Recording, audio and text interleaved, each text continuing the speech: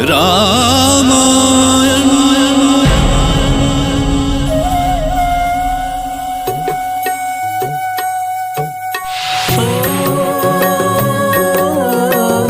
मंगल भवन अमंगल हारी, द्रवहु सुदशरथ अजर बिहारी। राम सिया राम जय जय राम। राम सिया राम जय जय राम। राम सिया राम जय जय राम। राम सिया राम जय जय राम। मैं काल हूं। श्री राम ने सीता की पवित्रता की परीक्षा लेने की इच्छा व्यक्त की। सीता समझ नहीं पा रही थी कि उनके स्वामी श्री राम ऐसा क्यों कर रहे हैं। राम की बातें सुनकर लक्ष्मण को भी जैसे काट मार गया। सुग्रीव, हनुमान, अंगद, नल और नील कुछ भी बोलने का साहस नहीं कर सकते और श्री राम सीता का कोई तर्क सुनने के लिए तैयार नहीं थे। सभी की आंखें भर आईं, परंतु बस सबकी आंखें ही बोलती थी, ऊंट नहीं। तब सीता ने सिसकते हुए श्री राम से निवेदन किया,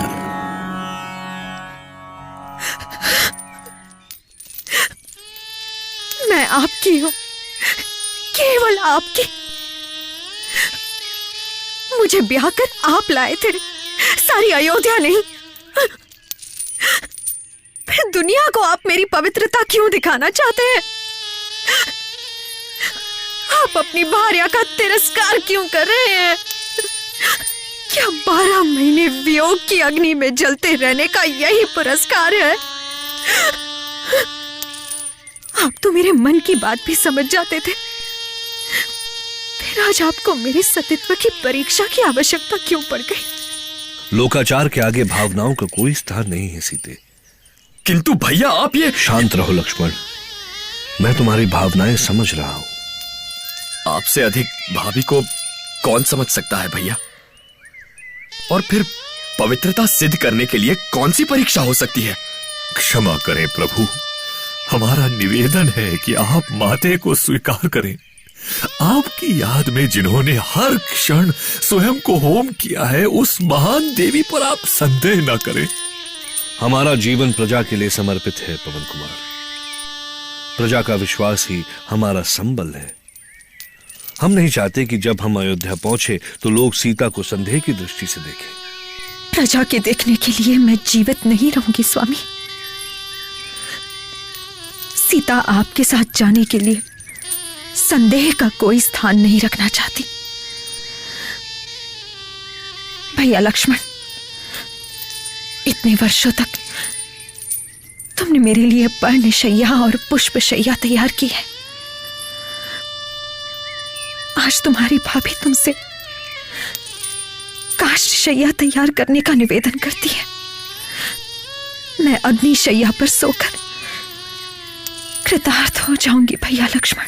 भाभी ऐसा ना कहें, भाभी ईश्वर के लिए ऐसा ना कहें। अब मेरे लिए चिता के सिवा दूसरा कोई स्थान नहीं है लक्ष्मण। स्वामी के दर्शन हो गए, बस मेरा जीवन धन्य हो गया। मेरा अंतिम प्रणाम स्वीकार करें स्वामी, मेरा अंतिम प्रणाम स्वीकार करें। नहीं बातें नहीं, आप ऐसा नहीं कर सकती। देवी सीता को रोकिए प्रभु, हमें इनकी पवित्रता पर कोई संदेह नहीं है। आप सब तनिक भी चिंता ना करें। यदि जानकी पवित्र है तो उन्हें कुछ नहीं होगा। पवित्र को अग्नि कभी छू भी नहीं सकती। और तब ना चाहते हुए भी लक्ष्मण को देवी सीता के लिए चिता तैयार करनी पड़ी। कैसी विडंबना थी। जिन सीता के लिए उन्होंने अपने प्राण भी दांव पर लगा दिए, उन्हीं के लिए उन्होंने अपने हाथों से चिता तैयार की। हे संपूर्ण जगत के साक्षी अग्निदेव, मैं जनक नंदिनी रघुवंशी श्री राम पत्नी सीता स्वयं को आपकी गोद में समर्पित करते हुए ये कहना चाहती हूँ कि यदि मेरा हृदय कभी भी एक क्षण के लिए भी मेरे पति से दूर ना हुआ हो तो आप मेरी रक्षा करें, आप मेरी रक्षा करें। हे अग्निदेव, भगवान सूर्य, वायु, दसों दिशाएं, चंद्रमा, दिन, रात और पृथ्वी, यदि आप मुझे शुद्ध चरित्र से युक्त जानते हैं तो आप मेरी रक्षा करें, मेरी रक्षा करें। देवी सीता के अग्नि में प्रवेश करते ही तीनों लोक में हाहाकार मच गया। पशु पक्षी सहित सभी प्राणी मात्र विचलित हो गए, देवताओं के आसन डोल गए। तभी एक आकाशवाणी हुई। सीता पवित्र है श्री राम। किसके हैं ये स्वर? कौन है जो मुझे सीता के बारे में पवित्रता का प्रमाण दे रहा है? कौन है ये मैं हूं श्री राम, मैं अग्निदेव। यदि ये वाणी अग्निदेव की है तो कृपा करके मेरे सामने प्रकट हो। प्रणाम अग्निदेव, आप यहां? क्षमा करें प्रभु, परंतु देवी सीता के लिए हमें यहां आना ही पड़ा। नारायण नारायण। वो देखिए प्रभु, वो देखिए, केवल अग्निदेव ही नहीं, देवलोक के समस्त देवगण पृथ्वी लोक में पधार रहे हैं। कैसा अनोखा क्षण है ये। नारायण नारायण। इस तरह देवलोक से देव ऋषि नारद, यक्षराज कुबेर, देवराज इंद्र, अपने पितरों सहित यमराज जल के अधिपति वरुण और प्रजापति ब्रह्मा सहित सभी देवता देवी सीता के समर्थन और इस युगल जोड़ी के दर्शनों के लिए उस स्थल पर आए जहां पर वे अग्नि में प्रवेश कर गई थी। मैं दशरथ नंदन राम आप सभी देवों को प्रणाम करता हूं। हे श्री राम, ये आप क्या कर रही हैं? आप मात्र रघुवंशी दशरथ के पुत्र ही नहीं हैं, और देवी सीता केवल आपकी इस जन्म की पत्नी ही नहीं है। ये आप कहना क्या चाहते हैं प्रजापति ब्रह्मा?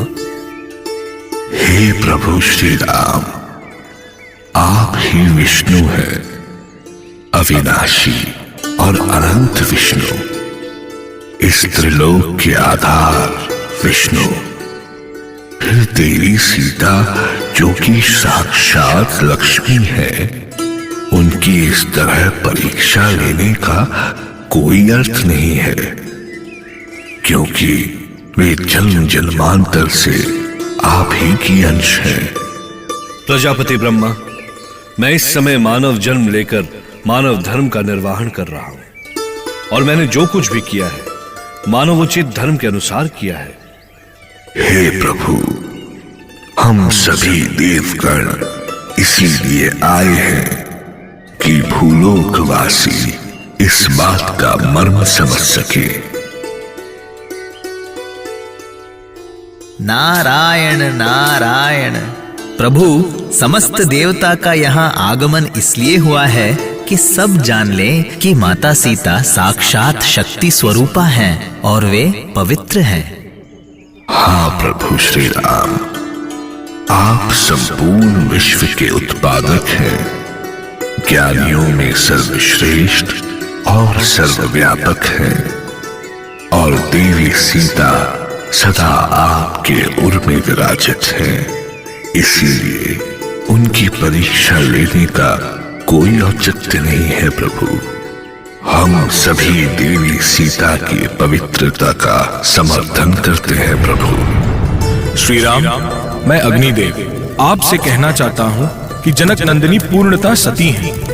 मैं शुद्धता का प्रतीक हूँ, दोष मिटाना मेरी प्रकृति है, किंतु देवी सीता के स्पर्श से आज मैं भी पवित्र हो गया हूँ।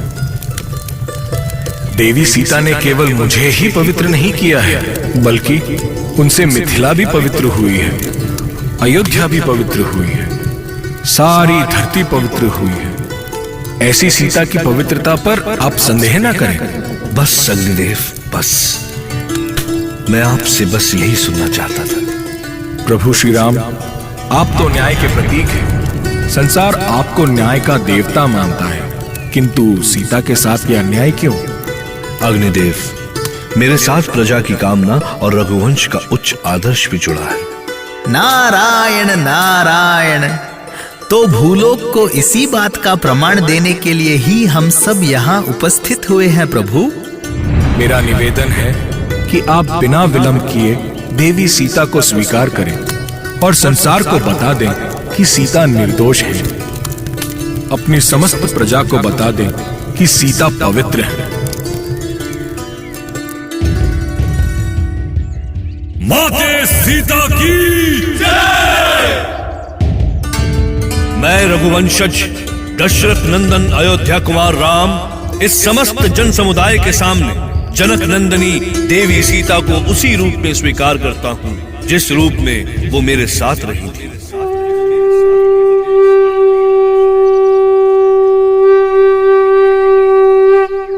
आपकी शंकाओं का समाधान तो हो गया ना स्वामी? या अब भी आपके मन में कोई? मुझे लज्जित न करो जानकी। मुझे कभी भी तुम पर संदेह नहीं था और न कभी होगा।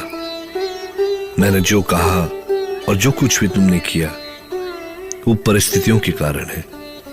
तुम सदा स्वर्ण के समान शुद्ध और पतित पावनी गंगा के समान पवित्र हो। श्री राम ने सीता को स्वीकार किया और उन्हें पवित्रता की प्रतिमूर्ति कहकर उपस्थित जन समुदाय और देवताओं का हृदय जीत लिया।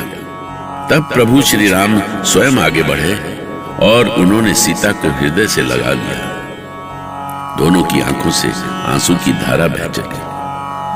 बिछोह के बाद मिलन का ऐसा अद्भुत दृश्य इससे पहले शायद ही किसी ने देखा हो। देवलोक से आए सभी देवताओं ने उन पर पुष्प वृष्टि कर उनका अभिनंदन किया और इस प्रकार लंका आक्रमण का उद्देश्य पूरा हुआ। राम